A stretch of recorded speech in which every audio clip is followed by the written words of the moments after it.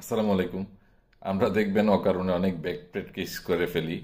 যেমন bad practice করি, ধরেন রাস্তার ধারে টঙের দোকানে চা খাচ্ছি, ওখানে বসে দুইজনে আলাপচারিতায় মুহূর্তের মধ্যেই একবার শেখ হাসিনাকে প্রধানমন্ত্রী বানায় ফেলতেছি, আরেকজন খালেদা জিয়াকে প্রধানমন্ত্রী বানায় ফেলতেছি। কথার উপরে দুইজন লেগে গেছি, কথায় কথায় মনে করেন অকারণে এই এই কাজগুলো করি। এগুলা ঠিক না, এগুলা করা উচিত না আর কি।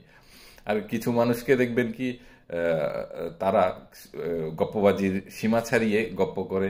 আমার আত্মীয় অমুক, পুলিশের তমুক এমন হয়েছে, তারপর আমার আত্মীয় এই হয়েছে, ইন্ডাস্ট্রির উপরে গোলাপ জল ঢেলে দিছে, ইন্ডাস্ট্রির উপরে ইন্ডাস্ট্রি তৈরি করছে, মানুষের আলাপে ব্যস্ত থাকে। তারপর দেখবেন আহ, এই যে আচরণগুলা, অকারণে যে গসিপিং করি মানুষকে নিয়ে, ভ্যালুলেস একটা টাইম নষ্টের কিছু ব্যাপার স্যাপার, এই জিনিসগুলা করি। অমুকের এমন হয়েছে, তমুকের এমন হয়েছে, কোনো দরকার নাই তো এগুলার। একটু ভালো আলাপ আলোচনা করতে পারেন না?